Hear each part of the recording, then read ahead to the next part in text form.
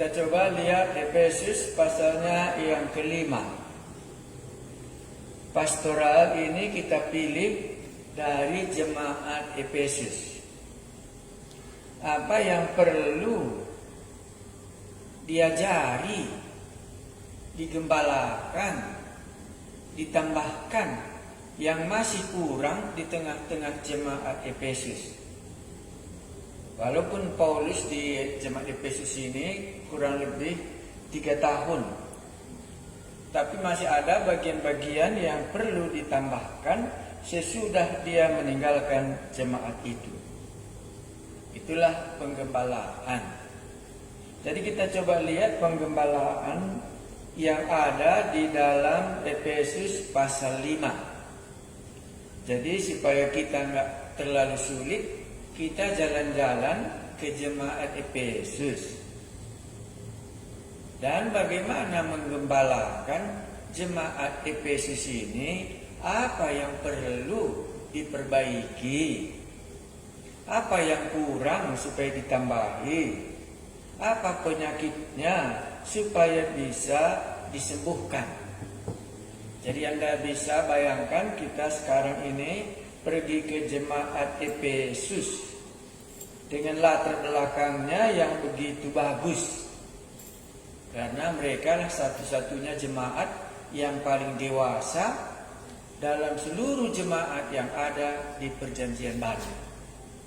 Jadi jemaat Efesus itulah jemaat yang terbaik seluruhnya. Dan Paulus ada di sana sebanyak 3 tahun. Dan jemaat Efesus inilah yang banyak mendirikan jemaat di sekitar Kolose, gitu ya. Ya, jadi dari jemaat ini banyak keluar yang menjadi pekabar Injil. Jadi kalau demikian, kenapa masih perlu digembalakan? Maka kita jalan-jalan ke jemaat Efesus dan kita coba melihat apa yang masih perlu ditambahkan di dalam jemaat Efesus itu yang sudah dewasa. Jadi Efesus bukan seperti jemaat Tesalonika ya. Ya, bukan juga seperti jemaat Filipi. Tapi memang Efesus itu banyak kali kelebihannya. Salah satunya jemaat yang begitu baik di dalam Perjanjian Baru. Nah, mari kita lihat pasal 5, karena kita kan belajar menggembalakan. Jadi hari ini kita menggembalakan jemaat yang baik. Ya, itulah kesan kita yang pertama. Jemaat yang sudah dewasa. Jemaat yang memiliki doktrin yang begitu dalam. Nah, mari kita lihat. Jadi ini bukan jemaat Tesalonika, bukan jemaat Korintus ya. Jemaat Korintus Anda sudah kenal ya. Ya, ini jemaat Efesus. Mari kita lihat pasal 5. Jadi kalau kita masuk ke dalam satu jemaat, kita akan memperhatikan bagaimana keadaan jemaatnya ini. Ya, jadi kalau saya masuk ke jemaat seseorang, yang pertama kali saya lihat adalah dinding pengumuman jemaatnya. Karena di gereja-gereja yang saya kunjungi itu ada ringkasan apa yang dikerjakan oleh gereja itu. Jadi ada papan pengumumannya. Jadi di situ kita bisa tahu umpamanya pertama hari Senin kumpulan doa ibu-ibu, hari Selasa kumpulan doa pemuda. Baru nanti diceritakan si Anu menjadi misioneri di Papua Nugini, itu umpamanya. Oh, si Anu sedang mengerjakan terjemahan Alkitab. Si Anu melayani di bidang medis di negeri Afrika. Jadi bisa kita lihat apa saja yang dikerjakan oleh gereja itu. Jadi kalau kita lihat, oh berarti gereja ini gereja yang mengambil bagian memikirkan orang-orang lain. Ya, tapi di sini belum ada kita sampai segitu karena jemaat kita belum ada yang sedewasa jemaat di tempat lain. Iya, itu alasannya. Jadi kita bisa lihat keluarga ini, oh dia berada di negara Afrika. Oh, mereka ini di sana sebagai dosen teologi, anggota jemaat ini di mana saja. Nah, dan bisa kita baca di dinding pengumuman mereka dan juga ada selebarannya. Jadi setidaknya langsung kita tahu, oh gereja ini, oh pendetanya 5 umpamanya ya. Oh gereja ini jumlah yang hadir hari Minggu yang lalu itu 250 umpamanya. Ya, jadi itu ciri gereja kalau kita mau menggembalakannya. Sekarang kita baca saja dulu karena Anda kan mungkin belum pernah melihat gereja orang lain. Maka perlunya kita kebaktian di tempat orang itu. Ya, tapi sekarang tuh nggak bisa ya, haruslah kita menerima keadaan ini.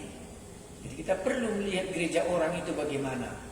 Bisa bentuknya dari luar, bisa isinya di dalam, kan 2 hal ya. Iya, jadi ada bentuknya cantik, oh bangunannya luxury. Ada juga bangunannya sepertinya nggak terlalu menarik, tapi semua rapi di dalam pekerjaan Allah. Jadi masuklah kita hari ini ke jemaat Efesus. Kisah kita baca Efesus pasal 5.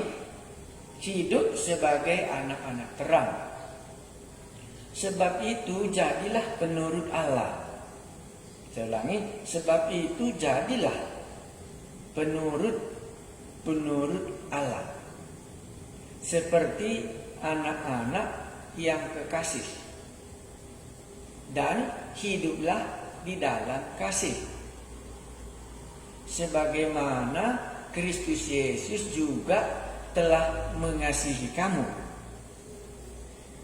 dan telah menyerahkan dirinya untuk kita sebagai persembahan dan sebagai korban yang harum bagi Allah.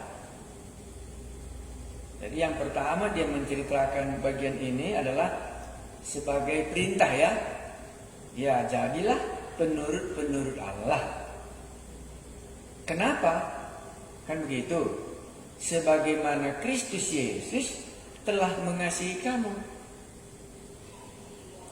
Jadi karena Kristus telah mengasihi kamu lah, makanya harus kamu juga menuruti perintah-perintah Allah. Baru sambungnya, juga telah mengasihi kamu.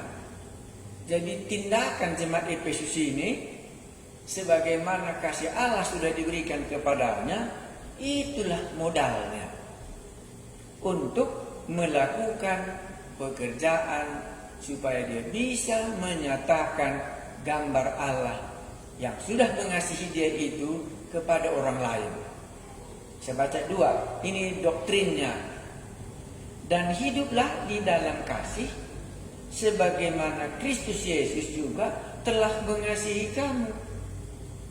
Jadi jemaat Efesus ini telah dikasihi oleh Yesus. Kedua, telah menyerahkan dirinya untuk kita. Ketiga, sebagai korban persembahan dan sebagai korban yang harum bagi Allah. Jadi doktrin Tuhan Yesus di dalam ayat ini bahwa Yesus itulah yang mengasihi. Yesus itulah yang telah menyerahkan dirinya untuk jemaat. Dan Yesus itu telah menyerahkan dirinya sebagai persembahan dan korban yang harum bagi Allah. Nah, barulah keluar ayat 3. Tetapi percabulan dan rupa-rupa kecemaran atau keserakahan disebut saja pun jangan di antara kamu, sebagaimana sepatutnya bagi orang-orang kudus. Jadi kalau kita masuk ke dalam jemaat Efesus, oh adatnya orang adat kita katakannya, adatnya jemaat Efesus ini beranjak dari perbuatan Yesus yang sudah jemaat Efesus ini alami. Karena jemaat Efesus itu kan telah, boleh kita katakan banyak kali latar belakangnya penyembahan berhala.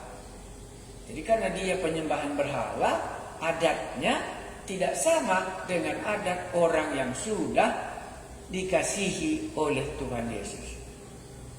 Jadi orang yang sudah dikasihi Tuhan Yesus inilah diminta oleh Paulus supaya mereka hidup dalam adatnya yang baru itu. Oke ya, kita lanjutkan.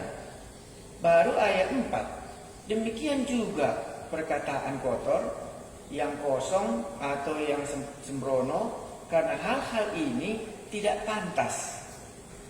Tetapi sebaliknya ucapkanlah syukur. Inilah kebudayaannya. Inilah kebudayaan di tengah-tengah jemaat Efesus itu. Sesudah mereka mengenal Yesus, sesudah mereka menerima pengorbanan Yesus. Baru ayat 5. Karena ingatlah ini baik-baik. Tidak ada orang sundal, orang cemar, atau orang serakah, artinya penyembah berhala. Benar ya, jadi latar belakang jemaat ini adalah penyembah berhala. Jadi penyembah berhala itu disamakan Paulus dengan sundal. Disamakannya dengan orang yang cemar. Disamakannya dengan orang serakah, yang artinya penyembah berhala, yang mendapat bagian di dalam kerajaan Kristus dan Allah. Jadi orang-orang ini tidak akan masuk ke dalam kerajaan Kristus dan kerajaan Allah. Orang yang mana? Karena ingatlah ini baik-baik. Jadi diulangi ya, namanya kan penggembalaan. Karena ingatlah ini baik-baik. Tidak ada orang sundal, orang cemar, atau orang serakah. Artinya penyembah berhala. Jadi 3 di sini, cemar, sundal, serakah, disamakan Paulus dengan orang yang menyembah berhala. Orang yang menyembah berhala yang ini yang akan mendapat bagian, tidak akan mendapat bagian di dalam kerajaan Kristus dan Allah. Itulah alasannya dia harus berubah. Karena orang-orang yang demikian tidak akan masuk. Jadi penggembalaan itu sama halnya dengan waktu kita menggembalakan kambing domba. Iya. Supaya dia masuk ke dalam kandang harus dia turunkan. Jadi kalau dia melawan, maka dia nanti tidak masuk kandang. Kalau dia melawan sebagai orang sundal, sebagai orang serakah, tidak bisa nanti dia masuk ke dalam kerajaan Kristus dan kerajaan Allah. Iya. Ayat 6. Janganlah kamu disesatkan orang dengan kata-kata yang hampa. Karena hal-hal yang demikian mendatangkan murka Allah atas orang durhaka. Bisa orang ini disesatkan. Bagaimana cara menyesatkannya? Orang cemar pun, orang sundal pun, orang serakah pun, kalau dia sudah bertobat, bisanya masuk ke dalam kerajaan surga. Ini sudah disesatkan. Nah, makanya dijelaskannya. Orang serakah ini dengan orang sundal ini, orang cemar ini sama kategorinya dengan penyembah berhala. Ya, karena itu tidak boleh masuk nanti kamu ke dalam kerajaan surga. Karena mereka bisa sesat. Iya, ya tentu kita nggak akan terlalu berat karena ini kan pastoral ya. Iya. Bisa juga hari ini ada orang kalau sudah kau lahir baru, sudah kau bertobat, iya, cemar pun masuk surga juga. Ini sudah disesatkan kita, iya, karena ini sama dengan penyembah berhala. Nah, jadi di sini inilah pengembalaan. Jadi pengembalaan itu supaya dia jangan disesatkan dengan kata-kata hampa. Maka Paulus katakan di sini orang sundal, orang cemar, orang serakah, artinya penyembah berhala yang mendapat bagian di dalam kerajaan Kristus dan Allah. Karena ingatlah ini baik-baik. Tidak ada orang sundal, orang cemar, atau orang serakah, artinya penyembah berhala yang mendapat bagian di dalam kerajaan Kristus dan Allah. Baik, ayat 6. Janganlah kamu disesatkan. Orang-orang yang Janganlah kamu disesatkan orang dengan kata-kata yang hampa. Maksudnya ini hampa, tidak berisi apa yang dimasukkannya itu. Karena hal-hal yang demikian mendatangkan murka Allah. Jadi apa maksudnya tidak masuk ke dalam kerajaan Allah? Apa artinya tidak masuk ke dalam kerajaan Kristus? Sama artinya dengan mendatangkan murka Allah atas orang-orang durhaka. Jadi kalimatnya ada orang durhaka, ada orang sundal, ada orang penyembah berhala. Ya, ini semua akan mendapat murka Allah. Jangan kamu disesatkan dengan kata-kata hampa oleh orang lain. Iya. Baik, ini kan pengembalaan. Ayatnya 6. Memang dahulu kamu adalah kegelapan. Jadi dahulu, kalau kita Efesus ini seringkali dahulu dan sekarang bagaimana? Memang dahulu kamu adalah kegelapan sebelum bertobat ya. Tetapi sekarang kamu adalah terang di dalam Tuhan. Sebab itu hiduplah sebagai anak-anak terang. Kalau memang sudah anak-anak terang, hidup lagi lah. Jangan lagi lah hidup di dalam kegelapan itu. Kegelapan yang mana? Yang mendapat muka Allah. Serakah, cabul. Ini tadi semua di atas. Ayat 9. Karena terang hanya berbuahkan kebaikan dan keadilan dan kebenaran. Jadi kalau memang dia anak-anak terang, ada dikatakannya berapa buahnya? Sebab, saya ulangi ya. Sebab itu hiduplah sebagai anak-anak terang. Karena terang hanya berbuahkan kebaikan. Jadi kalau anak-anak terang itu bukan hidup dalam sundal, tetapi dalam kebaikan dan keadilan. Baru juga dalam kebenaran. Dan ujilah apa yang berkenan kepada Tuhan. Ini keempat. Iya, ujilah apa yang berkenan kepada Tuhan. Satu tadi, sebab apa? Anak-anak terang itu menghasilkan kebaikan, membuahkan kebaikan, keadilan dan kebenaran. Dan ujilah apakah yang berkenan kepada Tuhan. Berkenankah hal kepada Tuhan kalau kita ini serakah? Berkenankah kepada Tuhan kalau kita ini orang sundal? Berkenankah kepada Tuhan kalau kita ini orang cemar? Tidak. Karena memang dahulu kamu sudah hidup demikian. Jadi nggak payah bagi mereka untuk mengetahui. Jadi tidak payah bagi mereka untuk mengetahui berkenan kepada Tuhan. Kenapa? Karena dahulu mereka hidup tidak berkenan kepada Tuhan. Tahu mereka. Sekarang sudah tahu mereka. Makanya Paulus berani mengatakan ujilah itu. Karena kamu sudah tahu. Dahulu penyembah berhala. Sekarang ujilah apakah yang kau lakukan sekarang ini berkenan kepada Allah. Karena sudah dahulu mereka tahu yang mereka lakukan itu tidak berkenan kepada Allah. Iya, ayat 11 kah? Janganlah turut mengambil bagian. Jadi pengembalaan itu memisahkan ya. Iya. Janganlah turut mengambil bagian dalam perbuatan-perbuatan kegelapan yang tidak berbuahkan apa-apa, tetapi sebaliknya telanjangilah perbuatan-perbuatan itu. Jadi yang kita lakukan itu haruslah kita lihat dengan teliti. Iya. Ayat 12. Sebab menyebutkan saja pun apa yang dibuat oleh mereka di tempat-tempat yang tersembunyi telah memalukan. Tetapi segala sesuatu yang sudah ditelanjangi oleh terang itu menjadi nampak. Sebab semua yang nampak adalah terang. Baik, jadi ini dalam penggembalaan, kalau ada orang bertanya, berkenankah kalau ini kulakukan? Ya, tentu dia harus kita tanya. Yang tidak berkenan di hadapan Tuhan, tahukah kamu? Maka dia katakan, ya dahulu tahu aku. Nah, jadi kalau sekarang, apakah ini berkenan kepada Tuhan? Dia harus juga menelanjanginya, untuk menyelidikinya. Oh, ini tidak berkenan kepada Tuhan. Karena inilah yang kulakukan dalam masa yang dahulu. Ya, ayat 14. Itulah sebabnya dikatakan, bangunlah, hai kamu yang tidur, dan bangkitlah dari antara orang mati, dan Kristus akan bercahaya atas kamu.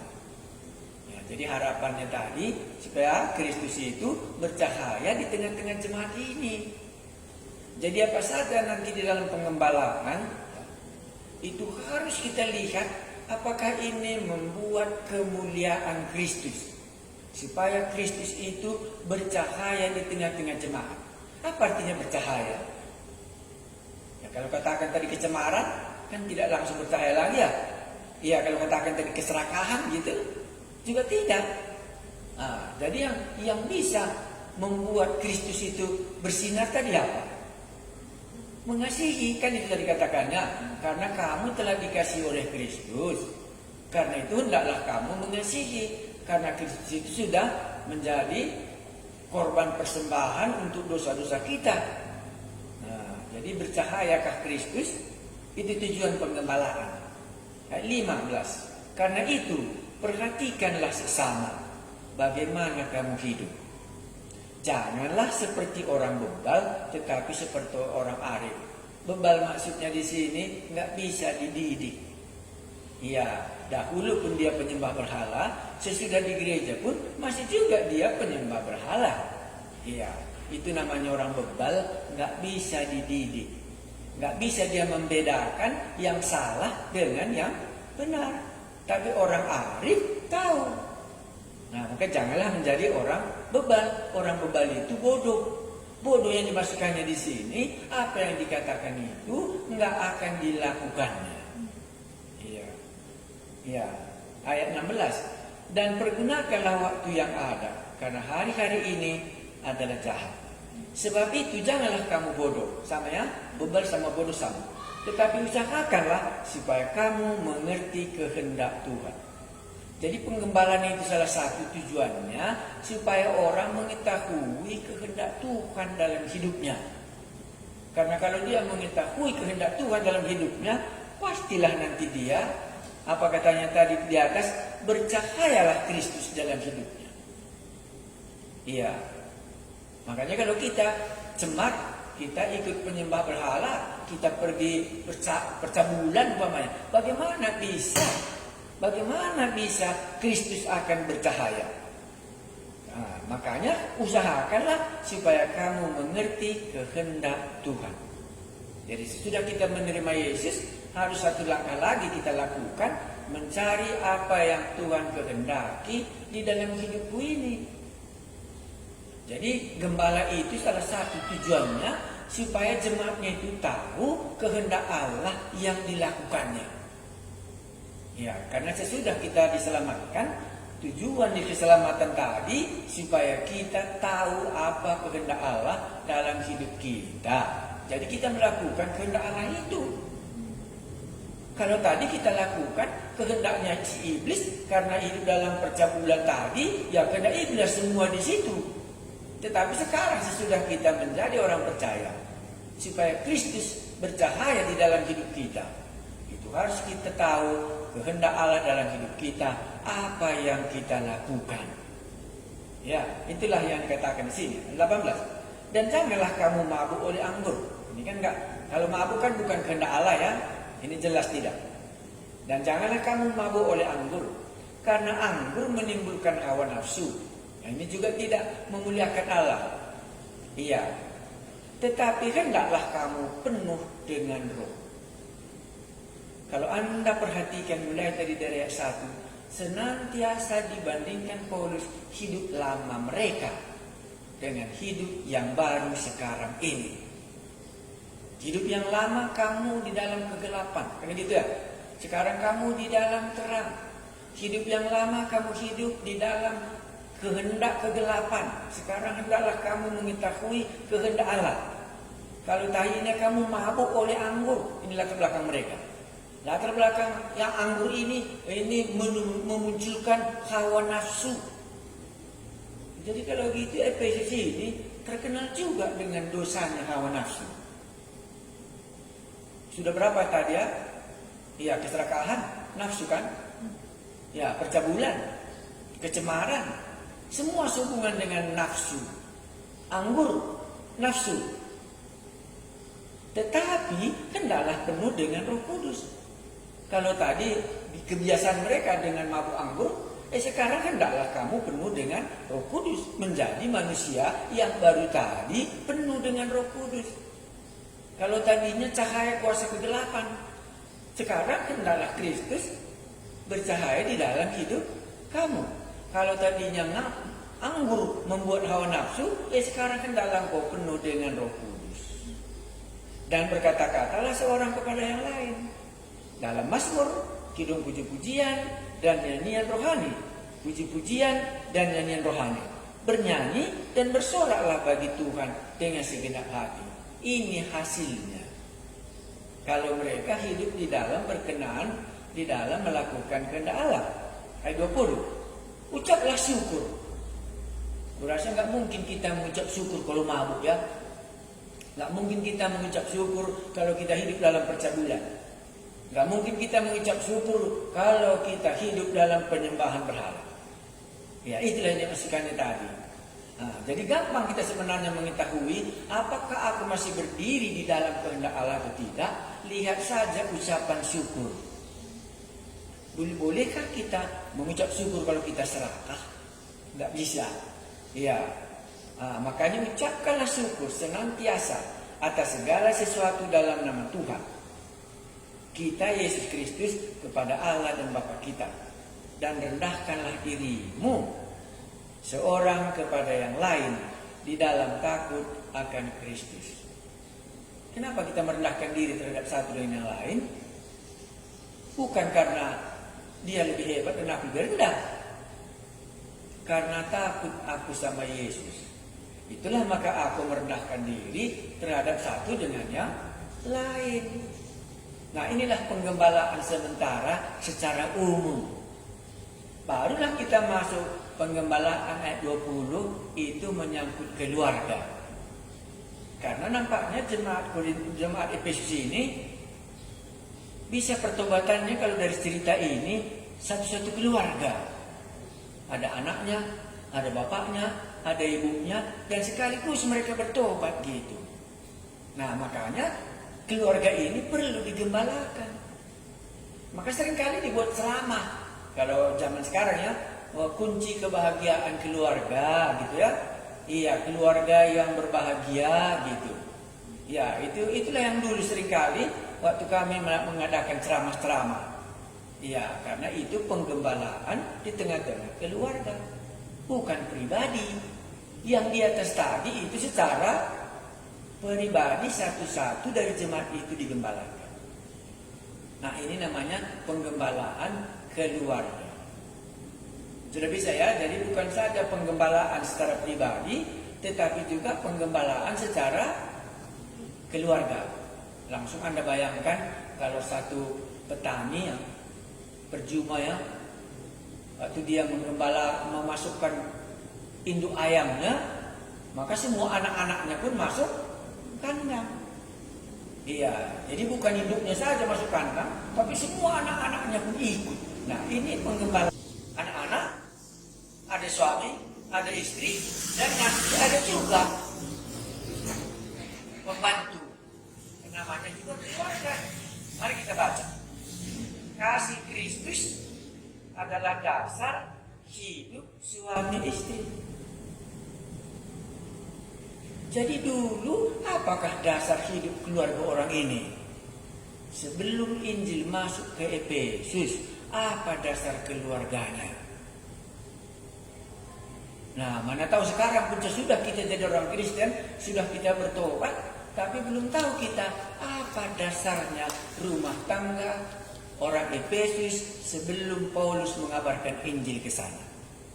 Maka Anda akan boleh menjawab. Jawabnya apa? Ya, kegelapan lah. Karena cuma itu yang ada yang mengajari mereka. Makanya Paulus katakan dahulu kamu sudah mati karena kamu mentaati penguasa-penguasa angkasa. Jadi dasar rumah tangga mereka adalah penguasa-penguasa angkasa. Kesanalah keluarga ini semua beribadah.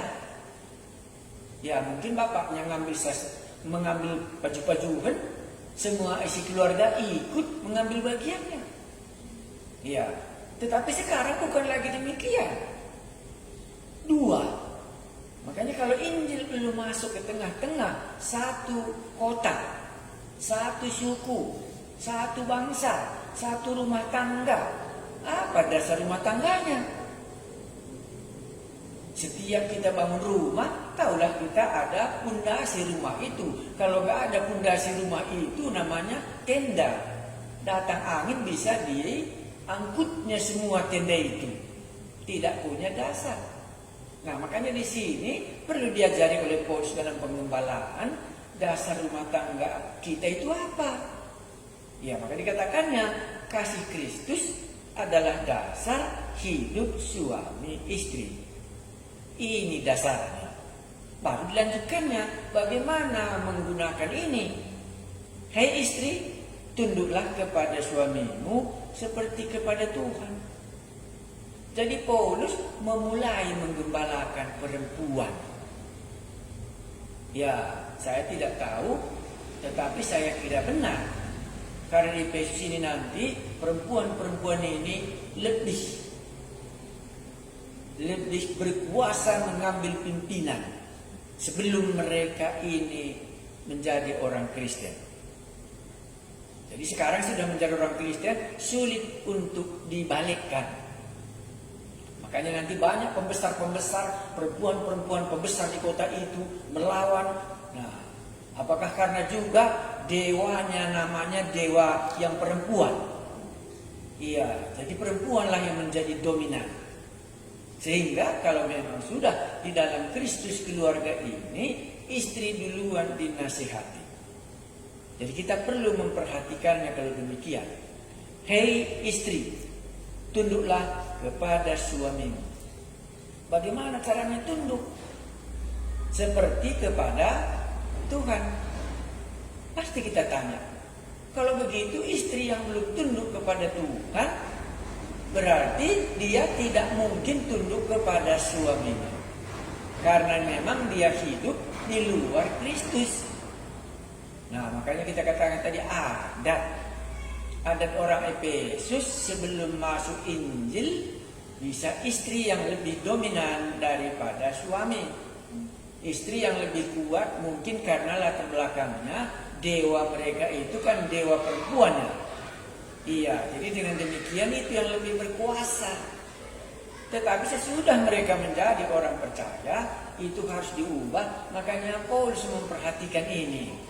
Hei istri-istri, tunduklah kepada suamimu seperti kepada Tuhan. Jadi bagaimana istri tunduk kepada Tuhan, sejauh itulah dia harus tunduk kepada suaminya. Jadi kalau istri tidak tunduk kepada Tuhan, itu nggak ada perintah karena dia bukan ada di dalam Kristus menjadi dasar rumah tangganya. Ya, jadi kalau aku sudah tunduk kepada Yesus, tapi aku tidak tunduk kepada suami, itu bertentangan dengan pengakuan kita. Karena sebagaimana tunduk kita kepada Tuhan, ya hendaklah tunduk kepada suami. Ayat 23. Karena suami adalah kepala istri. Ini susunan.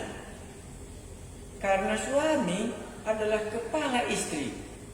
Sama seperti Kristus adalah kepala jemaat. Jadi ini urutannya. Iya, kepala gereja itu adalah Kristus. Itulah yang paling diakui jemaat Efesus.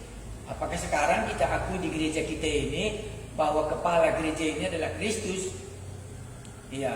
Jadi dalam pengembalaan kita perlu perhatikan. Bisa ada gereja bukan Kristus menjadi kepala.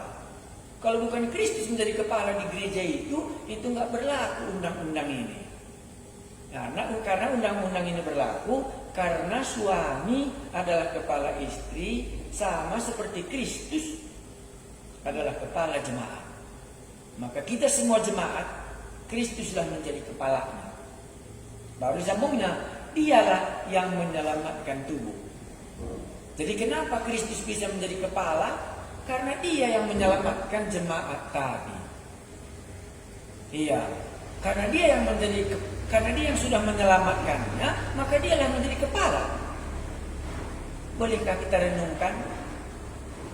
Jadi kalau begitu aku tidak mau ada kepalaku. Aku sendiri menjadi bos dalam hidupku. Jangan Anda bertobat. Karena dengan bertobat artinya Anda diselamatkan oleh Yesus. Sesudah Yesus menyelamatkan saudara, Anda harus patuh kepada Dia. Karena itu urutannya di sini. Dialah yang menyelamatkan tubuh. Jadi Kristus berhak menjadi kepala di gereja karena Dia yang sudah menyelamatkannya. Ya. Loh, jadi kalau keselamatan bukan masuk surga, bukan. Keselamatan maksudnya supaya Anda ada kepala di dalam hidup Anda. Itulah Kristus sendiri yang sudah menyelamatkan tubuhnya. Dari mana Kristus menyelamatkan tubuhnya? Dari kuasa ke-8 yang tadinya jemaat Efesus yang menjadi kepalanya adalah iblis, sekarang pindah.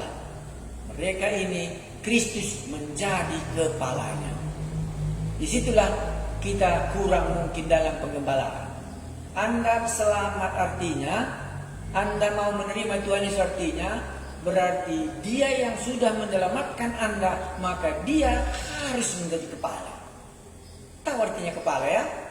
Mengarahkan, memerintahkan, memberikan awas-awas supaya dia jangan lagi nanti masuk ke dalam kuasa iblis lagi nanti menjadi kepalanya. Ya. Jadi saya sudah bertobat artinya Kristus menjadi kepalaku karena Dia telah menyelamatkan tubuhnya ini. Jadi orang percaya itu disebut tubuhnya Kristus. Maka dialah kepala. Nah, demikianlah dikatakan tadi, karena suami adalah kepala istri. Sama seperti Kristus adalah kepala jemaat. Dialah yang menyelamatkan tubuh. Jadi kalau kita akui suami kita itulah menjadi kepala, maka dia yang akan menyelamatkan tubuh itu. Itu tanggung jawabnya. Itu hebatnya. Nah, karena itu dia harus tunduk. Makanya kalau kita tidak tunduk kepada Kristus, bagaimana Dia menyelamatkan kita kalau ada bahaya? Kalau tadi dikatakannya awas kata-kata hampa, kan gitu tadi katakannya. Jangan dengarkan omongan yang kosong, katanya kan gitu tadi. Iya. Kita harus mendengarkannya supaya kita tidak akan disesatkan. Jadi ada untungnya Kristus menjadi kepala, membuat kita tidak sesat lagi. Namanya penggembalaan. Jadi harus kita akui siapa gembala kita itu. Bisa saja Anda mengakui Yesus Juru Selamat, tapi Anda tidak mengakui Dia gembala. Kurasa hidup saudara tidak aman di dunia ini. Karena Anda kemana saja pergi tanpa diarahkan oleh gembala itu, ya nanti masuk lagi lah ke jurang yang lama itu. Iya. Baik, saya masuk ayat 24. Karena itu, sebagaimana jemaat tunduk kepada Kristus, demikian jugalah istri kepada suami dalam segala sesuatu. Diulangi. Dibayangkan tadi Kristus itu, dibayangkan tadi jemaat ini harus tunduk kepada Kristus. Demikianlah istri harus tunduk kepada suami. Jadi jemaat harus tunduk kepada Kristus. Karena itu sebagaimana jemaat tunduk kepada Kristus, demikianlah juga istri tunduk kepada suami dalam segala sesuatu. Baik, ini tidak terlalu gampang, tapi mari kita renungkan dulu apakah untung ruginya. Kenapa Tuhan katakan demikian? Nanti Anda mencobanya. Kurasa supaya kita selamat. Karena sebelum selamat, iblislah menjadi kepala kita. Sekarang sesudah kita diselamatkan, Kristuslah menjadi kepala dan kita harus tunduk kepadanya. Baik. Ya, ini masih banyak kalau penggembalaan ini bisa dipanjang lebarkan semua. Ya, tapi prinsipnya saja dulu. Jemaat Efesus, dia bukan latar belakangnya orang Kristen. Mereka latar belakang hampir semua penyembahan berhala. Karena itu harus ada dasar rumah tangga diajarkan kepadanya. Dasar rumah tangga yang pertama, hei istri, tunduklah kepada suami, sebagaimana engkau tunduk kepada Tuhan. Baru kedua, hei istri, tunduklah kepada suami, sebagaimana jemaat tunduk kepada Kristus, dialah menjadi kepala. Ayat 25. Hei suami, sekarang suami yang digembalakan. Hei suami, kasihilah istrimu, sebagaimana Kristus telah mengasihi jemaat dan telah menyerahkan dirinya baginya untuk menguduskannya, sesudah ia menyucikan dengan memandikannya dengan darah dan firman, supaya dengan demikian ia menempatkan jemaat di hadapan dirinya dengan cemerlang, tanpa cacat atau kerut atau yang sempurna itu, tetapi supaya jemaat kudus dan tidak bercela. Ambil saja yang gampang. Untuk apa tujuannya mengasihi suami? Untuk apa tujuannya suami mengasihi istri? Supaya istri itu senang. Jawabnya saya baca. Hai suami, kasihilah istrimu, sebagaimana Kristus telah mengasihi jemaat. Jadi kasih suami itu harus sama sebagaimana Kristus mengasihi jemaat. Bagaimana Kristus mengasihi jemaat? Dengan menyerahkan dirinya. Untuk apa? Untuk menguduskannya, untuk menyucikannya, supaya dia tidak bercacat celah. Jadi kalau suami mengasihi istri, dasar rumah tangga tadi, supaya istri ini tidak berdosa lagi. Sebagaimana Kristus mengasihi jemaat, supaya kita tidak berbuat dosa. Itulah kasih yang benar di sini. Bukan berarti kalau suami mengasihi istri kasih uang. Bukan itu yang dimaksudkannya. Ya, mengasihi istri di sini maksudnya sebagaimana Kristus telah mengasihi jemaat dengan pengorbanan apapun ya. Pengorbanan Kristus begitu besar.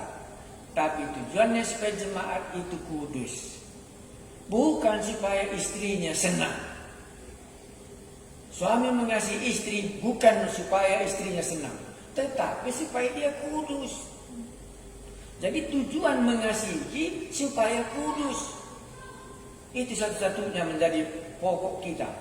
Pengorbanan tujuannya supaya mengasihi, supaya dia kudus. Iya, jadi kalau itu bukan kehendak Allah supaya dia menjadi kudus, suaminya harus tahu, jangan lakukan itu. Iya, makanya di sini katakannya, hei suami, kasihilah istrimu menurut adat di dalam Yesus. Hei suami, kasihilah istrimu sebagaimana Kristus telah mengasihi jemaat. Kristuslah menjadi contoh dan telah menyerahkan dirinya baginya. Makanya ada tunduk dan ada pengorbanan suami.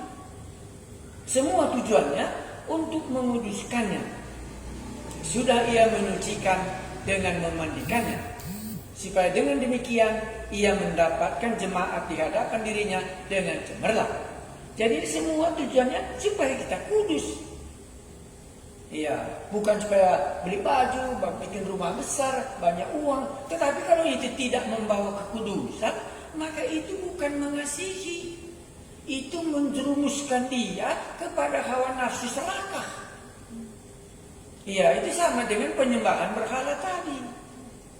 Iya, itulah yang sederhana baru kita renungkan. Jadi kalau, hei suami, kasihilah istrimu di dalam mengasihi istri itu supaya dia semakin kudus dalam melakukan kehendak Allah. Baik, ayat 28. Demikian juga suami harus mengasihi istrinya sama seperti tubuhnya sendiri. Siapa yang mengasihi istrinya, mengasihinya, mengasihi dirinya sendiri. Ini dasar rumah tangga sudah menjadi satu, itu yang menjadi pegangan. Kalau dia sudah menjadi satu, jadi kalau suaminya mengasihi istrinya, berarti mengasihi dirinya sendiri.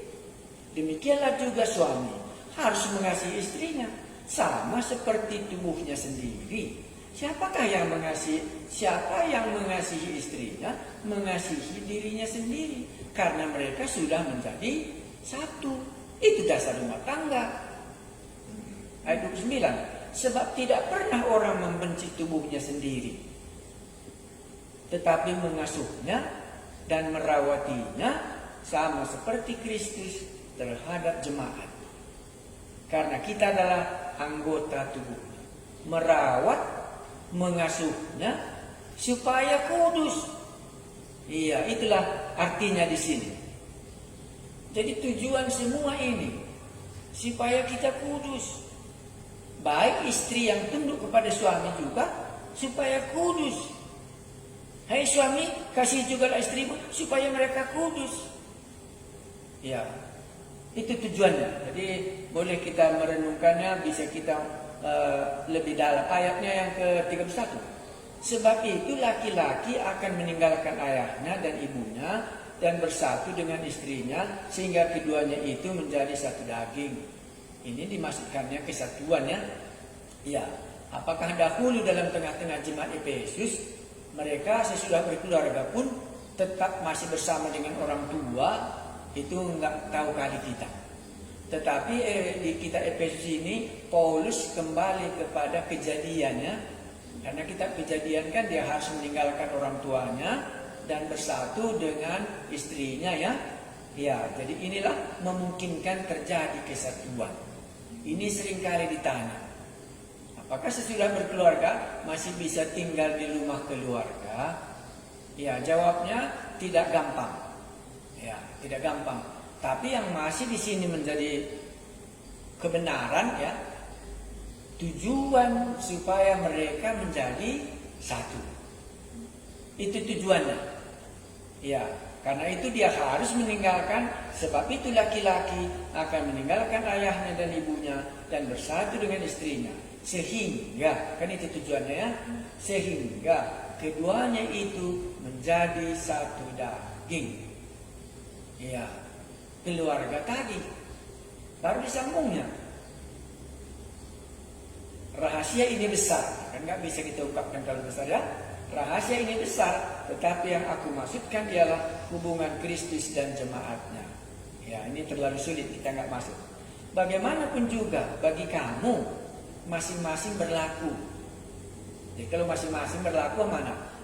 Suami juga berlaku ya, istri juga berlaku. Bagaimanapun juga bagi kamu masing-masing berlaku. Kasihilah istrimu sama seperti dirimu sendiri. Istri hendaklah menghormati suaminya. Jadi ada strukturnya. Suami penekanannya mengasihi, sebagaimana tekanan Kristus mengasihi. Demikian juga kalau sekarang kita masuk istri tunduk, itu juga tujuannya menghormati suaminya, sehingga ada susunan. Ada struktur di tengah-tengah rumah tangga orang Kristen di Efesus ini. Bahwa memang menjadi kepala itu harus suami. Dan istri itu harus memang tunduk dan menghormatinya. Ada dua kata. Satu kata menghormati, satu kata tunduk. Ya, tentu Anda langsung akan bertanya, apa bedanya di Taman Eden? Taman Eden kan dikatakan oleh Allah, aku akan menciptakan seorang penolong. Tapi di dalam kitab Efesus nggak kelihatan istri menjadi penolong. Tetapi istri yang paling menonjol di sini adalah supaya dia bersedia tunduk dan bersedia menghormati suaminya. Iya. Dan di dalam kitab Kejadian tidak dikatakan bahwa Adam harus mengasihi istrinya.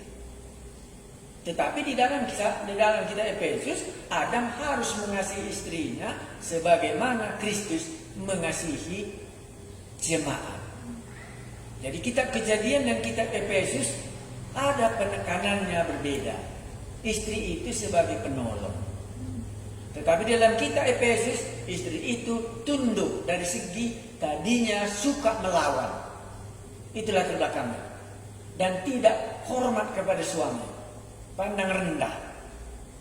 Jadi dalam kitab Kejadian, Allah menciptakan Hawa tujuannya supaya menjadi penolong si Adam. Karena dari semua binatang-binatang tidak bisa menolong Adam. Tetapi dalam kitab Efesus, istri itu penekanannya adalah tunduk. Penekanan suami itu apa? Mengasihi. Itu tujuannya. Sebagaimana Kristus mengasihi jemaat. Sebagaimana jemaat tunduk kepada Kristus. Jadi ada dua untuk istri di sini. Satu, tunduk. Kedua, menghormati. Kepada suami hanya satu. Itu mengasihi. Sebagaimana Kristus cuma satu tujuannya untuk jemaat. Mengasihi jemaat. Supaya jemaat itu bisa menjadi kudus. Mungkin menjadi pertanyaan bagi kita. Kalau begitu, bagaimana menguduskan istri yang tidak kudus? Nanti kita Efesus mungkin kita jumpa. Di Korintus nanti kita jumpa bagaimana suami menguduskan istri, bagaimana istri menguduskan suami. Tetapi nampaknya di dalam kitab Efesus itu tidak diungkapkan. Maka kita tadi masuk, kemungkinan besar jemaat Efesus ini pertobatannya satu-satu keluarga. Seperti induk ayam tadi kita katakan, induknya masuk ke dalam kandang, maka anak-anaknya pun masuk semua dalam kandang. Jadi perlu diajari keluarga Kristen, keluarga yang sudah meninggalkan berhala tadi, bagaimana undang-undang di tengah keluarga orang Kristen. Itulah suami, hai istri, tunduklah kepada suamimu, hormatilah suamimu. Kepada suami dikatakan kasihilah istrimu. Baru dikatakan bagaimanakah mungkin dia membenci dirinya sendiri, kesatuan antara istri dan suami. Tetapi penekanan bagi suami satu, mengasihi. Sebagaimana Kristus sudah mengasihi jemaatnya. Tujuan mengasihi ialah supaya dia dimandikan, supaya dikuduskan, supaya dia bisa bercahaya. Supaya hidupnya bercahaya di dalam Kristus. Iya, bukan keinginannya dipenuhi. Iya, tetapi bagaimana supaya terjadi kekudusan. Ya, mungkin langsung pertanyaan. Kalau begitu hanya satu mengubah istri. Supaya bisa dia berubah dari segi tabiatnya. Kalau benar ayat ini, itu hanya mengasihi.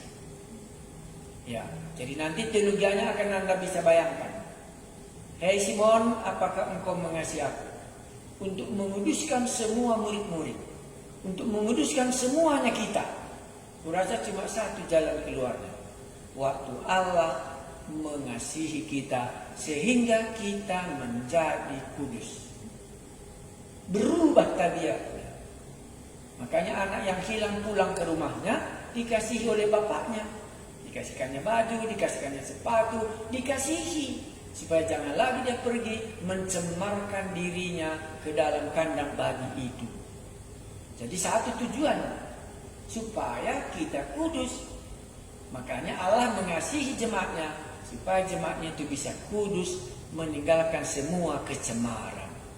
Ini undang-undang di dalam jemaat. Baik, apalagi yang perlu digembalakan? Ayat 6, pasal 6. Pasal 6 ini apa yang terjadi? Mari kita baca. Hai anak-anak. Makanya kita katakan tadi, kemungkinan ini keluarga Kristen ya.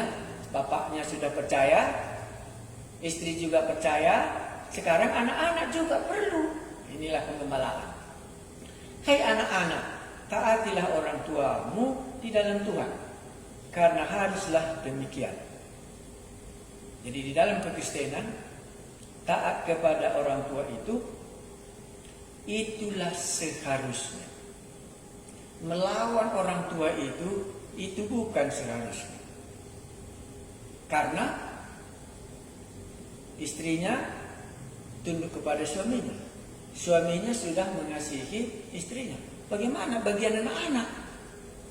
Nah, makanya bagian anak-anak adalah taatilah orang tuamu di dalam Tuhan. Karena haruslah demikian. Jadi ini berlaku bagi orang yang sudah orang tuanya Kristen dan anaknya harus mentaati. Itulah secara umum yang kita dapat terima. Inilah undang-undang. Ayat 2, hormatilah ayahmu dan ibumu. Inilah suatu perintah yang penting, seperti yang nyata dari janji ini, supaya kamu berbahagia dan panjang umurmu di bumi. Ya, hormatilah. Jadi bagaimana kalau yang bukan orang Kristen? Bagaimana kalau dia tidak percaya? Dia pandang rendah kepada ibunya. Dia pandang rendah kepada ayahnya. Bodoh kali pun katanya. Semuanya dia tidak bisa terima. Tetapi kalau orang yang di dalam Tuhan, inilah undang-undangnya. Hormatilah. Baru disambungnya tadi, supaya kamu berbahagia dan panjang umurmu di bumi. Baru yang 4, apa tanggung jawab? Dan kamu bapak-bapak, janganlah bangkitkan amarah di dalam hati anak-anakmu. Jadi ini salah satu perintah, tidak boleh membangkitkan marah anak-anak. Ya, entah bagaimanapun caranya, tapi kalau sudah bangkit marahnya dia, itu salahnya adalah bapak-bapak. Ya, dan kamu bapak-bapak, janganlah bangkitkan amarah di dalam hati anak-anak. Ya. Kedua, apalagi tugas bapak-bapak? Tetapi didiklah mereka di dalam ajaran dan nasihat Tuhan. Ya, karena tadi kan orang tuanya sudah di dalam Tuhan, jadi ada ajaran. Dan inilah yang diajarkannya kepada anaknya. Dan inilah yang dinasihatinya.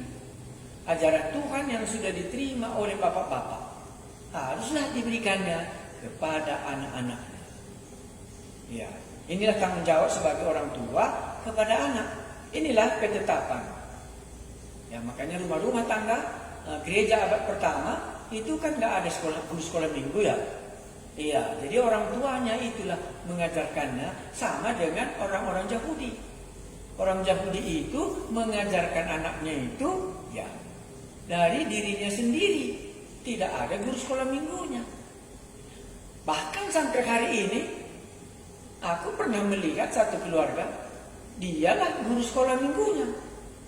Bapaknya itulah guru sekolah minggu anak-anaknya.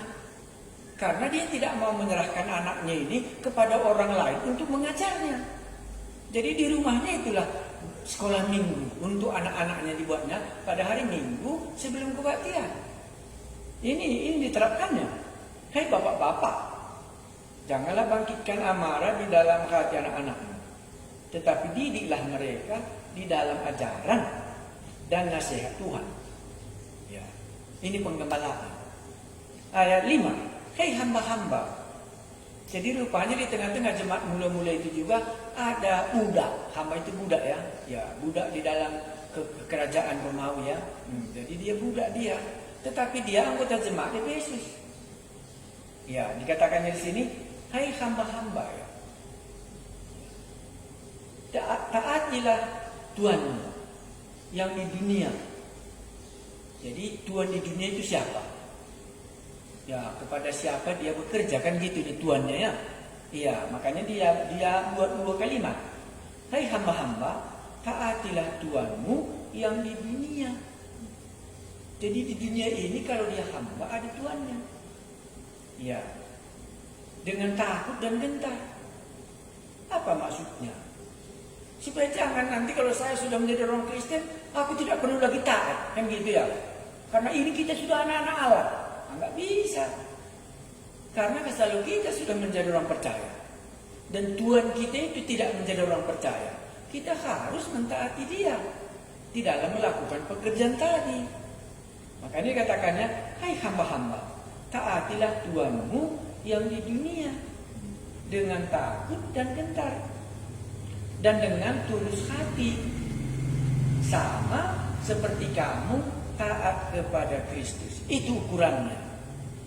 Jadi ketaatan kita kepada Kristus itulah ketaatan kita kepada Tuhan kita kalau kita sebagai hamba.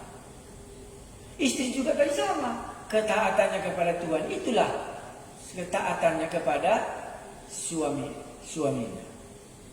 Jadi kalau menurut pengembalaan ini tidak bisa kita pisahkan perbuatan kita kepada orang lain dengan perbuatan kita kepada Yesus.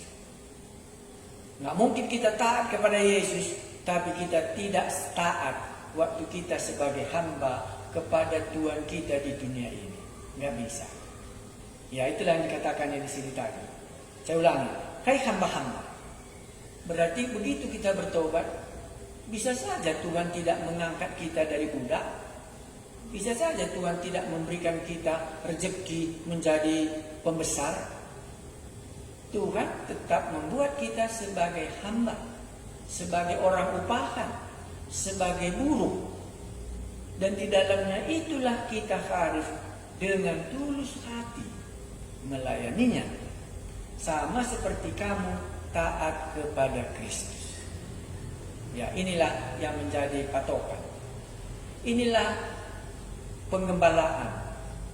Ya, jadi tidak boleh kita mengatakan aku sudah jadi orang Kristen, aku tak mau lagi taat kepada Tuhanku yang ada di dunia ini. Tak bisa. Karena ketaatan kita kepada Kristus itulah kita tunjukkan ketaatan kita kepada Tuhan kita yang ada di dunia ini kalau kita sebagai hamba.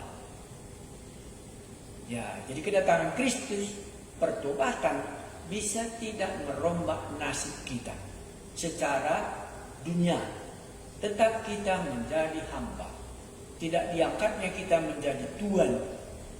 Tetapi kita harus melakukan dengan tulus hati.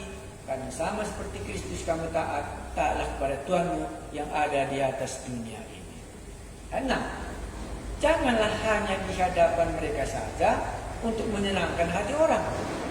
Jadi hamba-hamba itu biasanya kalau di situ tuannya, wah rajin dia bekerja. Tapi kalau tuannya pergi, malas dia. Nah, ini yang diingatkannya. Janganlah hanya di hadapan mereka saja untuk menyenangkan hati mereka orang, tetapi sebagai hamba-hamba Kristus yang dengan segenap hati melakukan kehendak Allah. Jadi hamba tadi juga merupakan menjadi hamba Kristus. Seringkali orang katakan ini karena di jemaat Efesus ini kan kota perbudakan. Jadi banyak di kota ini yang sudah menjadi orang percaya masih tetap budak. Iya. Lalu disambungnya, tetapi sebagai hamba-hamba Kristus. Jadi dia dua, sebagai hamba di dunia dan juga sebagai hamba Kristus. Jadi kemungkinannya majelis di jemaat Efesus ini seringkali tafsirkan itu adalah hamba-hamba tadi. Tuan-tuannya itu menjadi anggota jemaat. Nah, makanya dikatakannya, tetapi sebagai hamba-hamba Kristus. Mungkin dia, kalau di gereja, dia hamba Kristus. Tapi kalau di perusahaan, dia menjadi budak. Dia harus bekerja untuk tuannya itu. Makanya dia dua tuannya. Tuanmu yang di dunia, ini tadi satu. Dan juga disebut hamba-hamba Kristus. Kristus juga menjadi tuannya. Jadi boleh hari Minggu dia memang hamba Kristus. Tapi hari Senin sampai hari Sabtu dia memang hamba orang dunia. Makanya sebagai hamba-hamba Kristus yang dengan segenap hati melakukan kehendak Allah. Jadi kehendak Allah lah dia menjadi hamba Kristus dan menjadi kehendak Allah lah dia menjadi hamba di dunia ini oleh orang dunia. Nah, makanya dikatakannya hamba Kristus dan hamba yang ada di dunia ini, taatilah dia. Ya, baru 7. Dan dengan rela menjalankan pelayanannya seperti orang-orang yang melayani Tuhan dan bukan kepada manusia. Ayat 8. Kamu tahu bahwa setiap orang baik hamba. Jadi tadi hamba ya balik dia kepada hamba. Maupun orang merdeka. Orang merdeka maksudnya dia tidak di bawah budak. Orang merdeka. Kalau ia telah berbuat sesuatu yang baik, ia akan menerima balasannya dari Tuhan. Jadi kalau boleh dikatakan, semua yang kita lakukan, inilah pengembalaan. Kita menerimanya dari Tuhan. Kalau kita baik, maka Tuhanlah yang memberikan upah kita. Tuhanlah memberikan balasannya. Maka dikatakannya, kalau ia telah berbuat sesuatu yang baik, ia akan menerima balasannya dari Tuhan. Ya, ini sebagai budak dan sebagai ini Tuhanlah yang akan membalaskan kalau dia berbuat baik. Dan kamu tuan-tuan, ini kalau dia tuan di tengah-tengah gereja, kan tadi sudah kita katakan ada hamba di gereja itu. Dia hamba orang duniawi dan juga hamba-hamba tadi bisa juga hamba-hamba Kristus, sekaligus juga dia melayani. Jadi tuan-tuannya ini menjadi anggota jemaat. Nah, maka dikatakannya kepada tuan-tuan juga.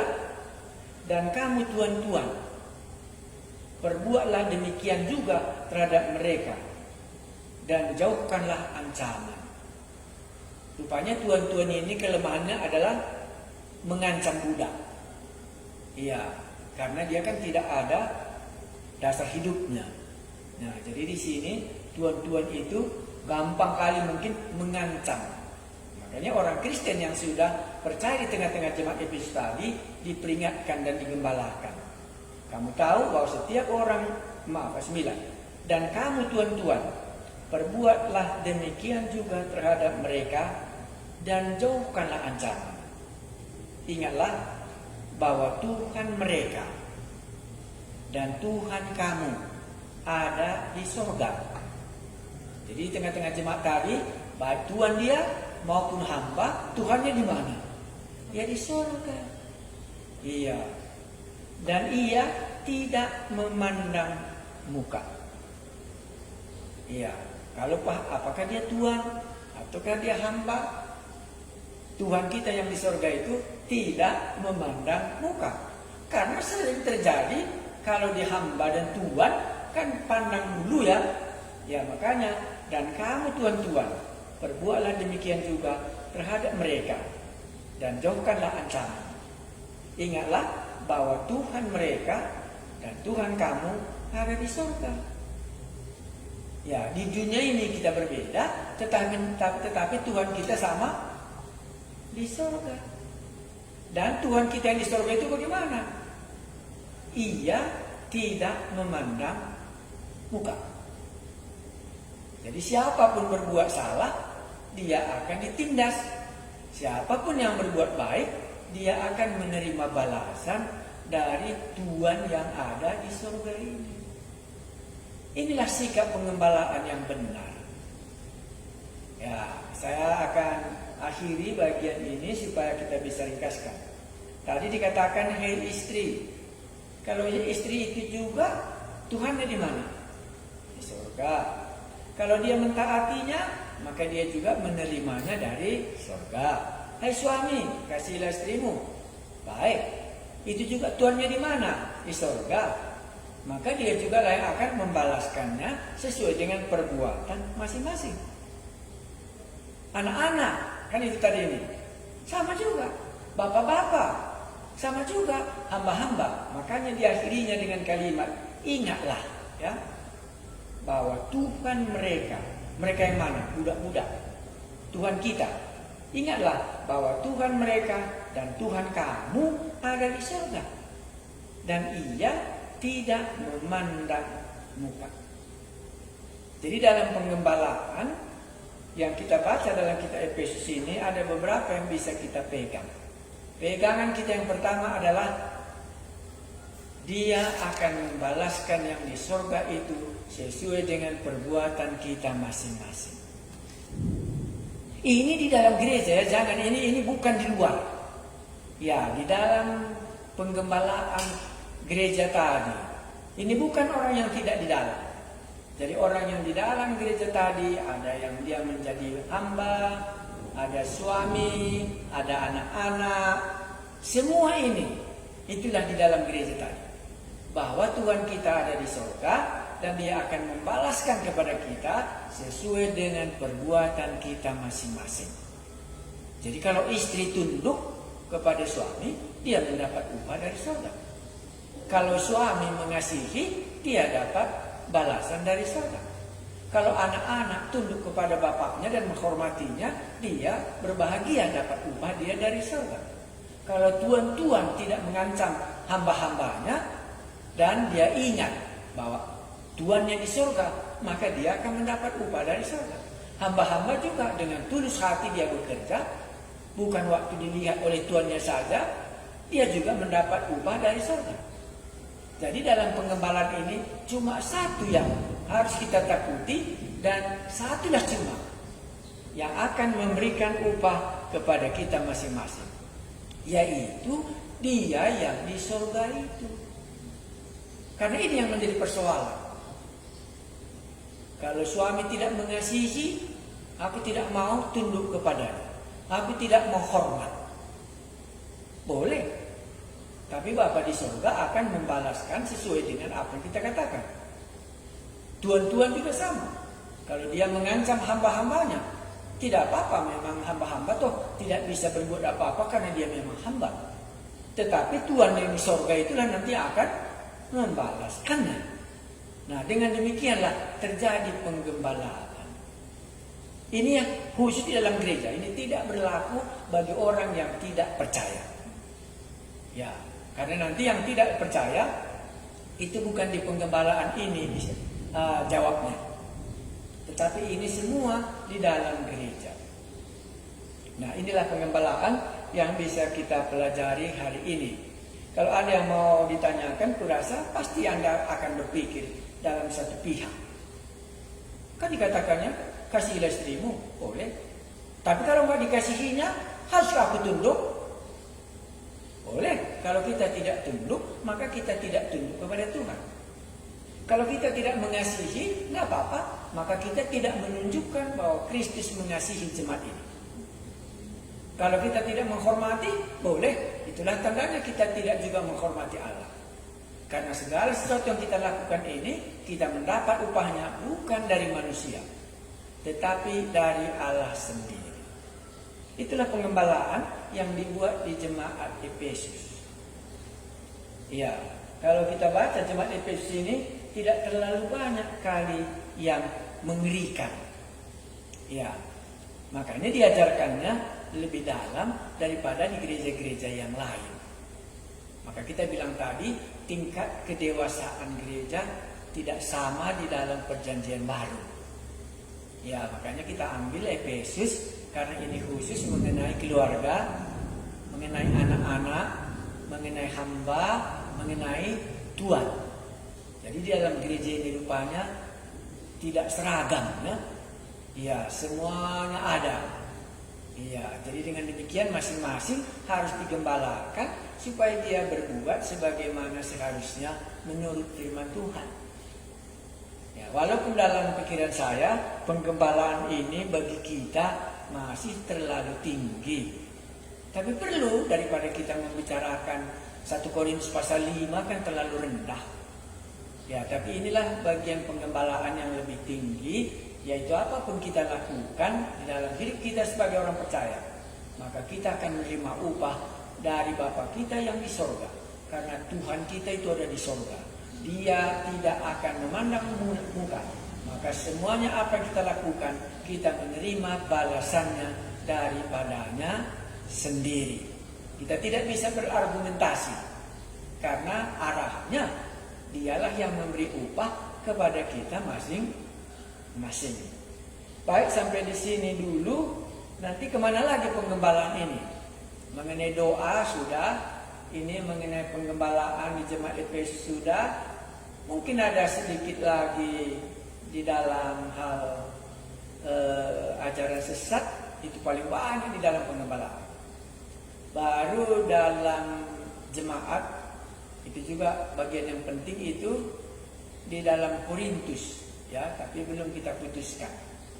Nah, marilah kita belajar ini sebentar. Kalau sudah, wah ini terlalu tinggi bagi aku, bahannya hari ini nggak bisa kucerna. Ya, tapi itulah jemaat Efesus yang sudah tinggi martabat jemaatnya. Ya, jadi ya, ada perbedaannya. Kalau Korintus gampang kita mengertinya ya, karena itu masih rendah kali iman mereka. Mari kita berdoa dan kita akhiri. Kami mengucap syukur dalam bagian ini. Walaupun mungkin sebagian cuma bisa kami terima, tapi secara garis besar kami tahu bahwa yang memberikan upah bagi kami itu rupanya di sorga. Dan dari sorgalah kami menerima balasan apa saja pun yang kami lakukan. Karena Allah kami itu, Tuhan kami itu tidak memandang bulu dalam jabatan di dunia ini.